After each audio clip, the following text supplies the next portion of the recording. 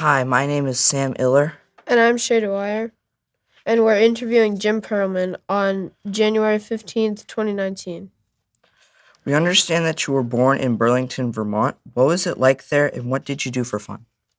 What did I do for fun when I was growing up? I went skiing.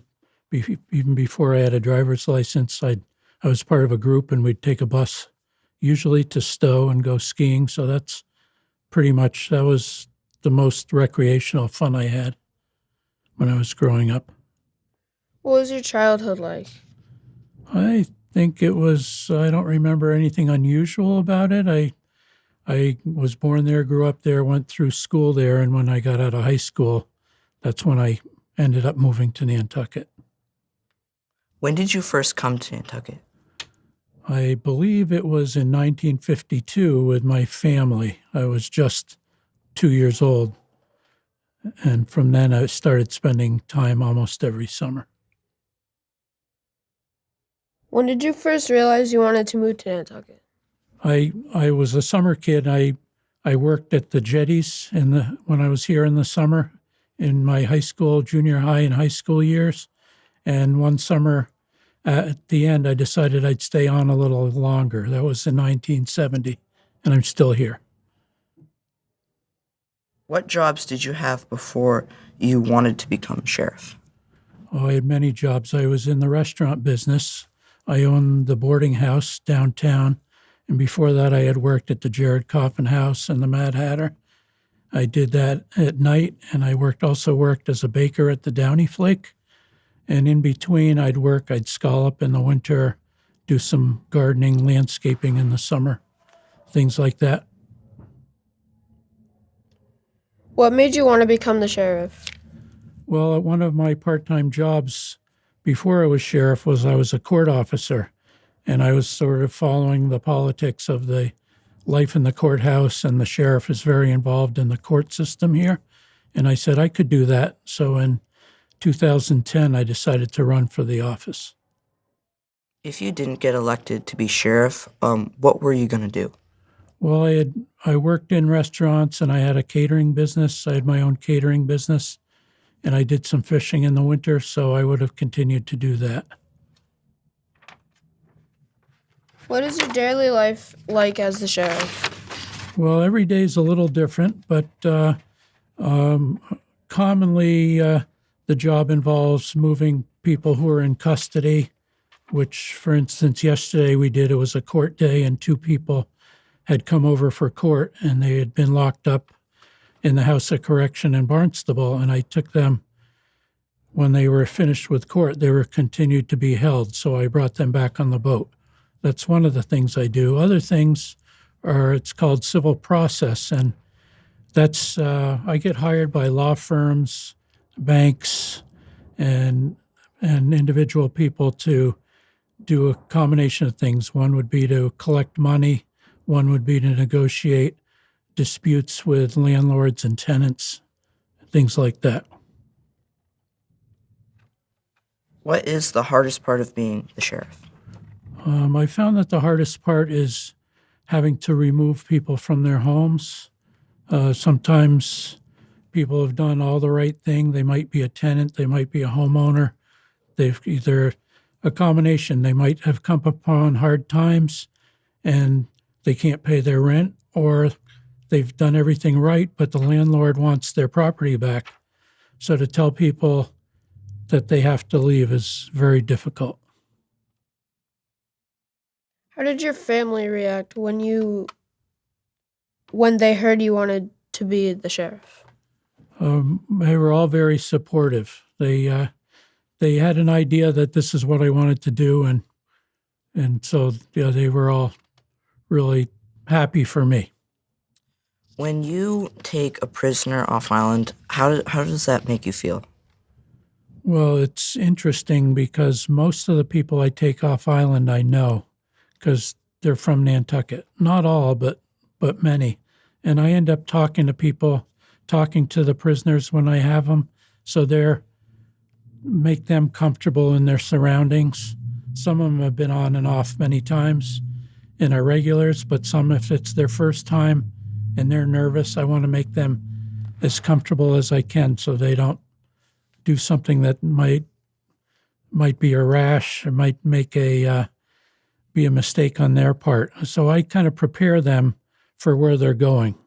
I tell them that's if you're respectful and say yes or no, sir, to the guards once they get to jail, that it'll make it much easier on themselves. The first few times, it didn't seem odd to me to be taking people, although it's odd for some of the other people on the. We used to fly, and then when one of the airlines went out of business, we started taking the boat. But we're on the same plane or boat as you might be going on vacation or going off for the weekend. So people see me, they know me, they might not spot the person who's in custody. They'll want to come up and talk to me, and then they'll see somebody all chained up, and it makes them uncomfortable. But I just want the person in custody to be as comfortable as they can, so they're not surprised at where they're going, and they're not uncomfortable in their surroundings, riding with other people, some of whom they may know. What is the best thing that's ever happened to you in your life?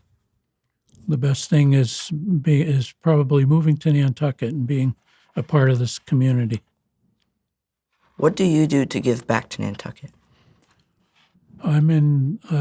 Let's see. What do I do? Well, I think we discussed this earlier. I had a fundraiser a couple of months ago to shave my mustache for the Fairwinds organization. So that was an easy thing for me to do to give back. I'm also a member of the Rotary Club, and they do a lot of community service projects, and I'm involved with that as well.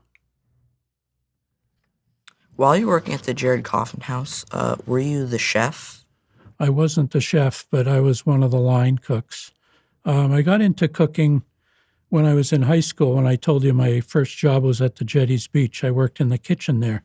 And I started when I was 14. But then all the jobs that followed that, I always ended up working with food, working in the kitchen. So one job led to the next. I started baking at the Jared Coffin House after I had started spending summers here when I decided to stay year-round. And then that worked into a cooking job. And then in between, I'd always work a couple of jobs. So while I was cooking at the Jared and then on to the Mad Hatter after that, I was also baking at the Downy Flake. And then at one point, my wife and I decided we're working too hard for somebody else. Let's try and do this for ourselves. So we ended up in 1978, my wife and I bought the boarding house. And then I continued to be the chef. We were there for 8 years. Somebody made me an offer I couldn't refuse, so I sold that business. And then I worked in a couple of restaurants after that again. And then I went on to open a catering business, which I ran until about 4 or 5 years ago.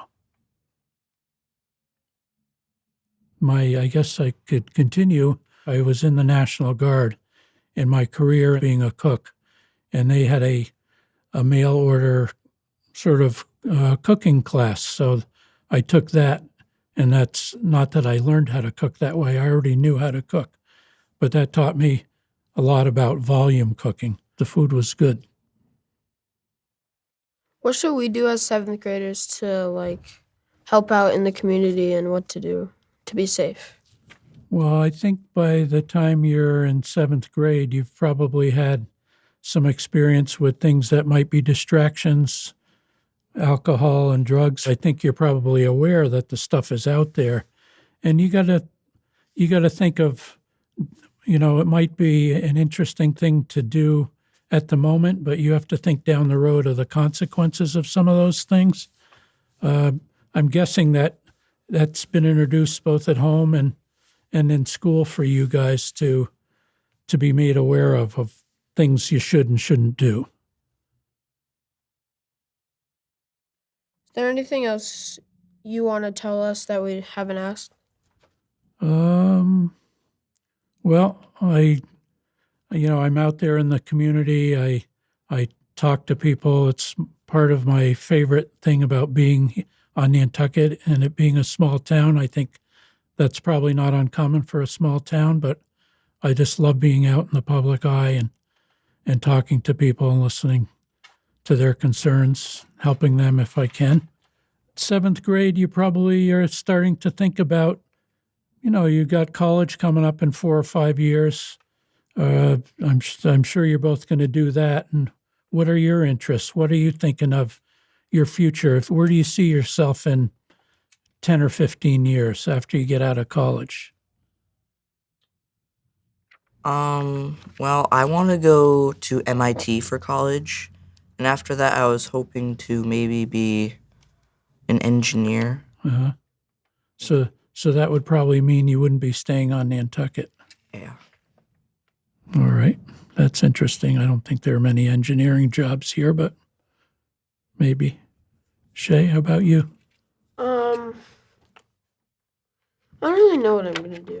Yeah. See where it takes me. You involved in any sports? Yeah. What do you play? I play baseball and basketball. Yeah.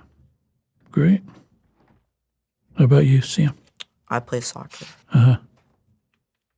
Great. Thank you for coming and taking your time. You're welcome. Thank you.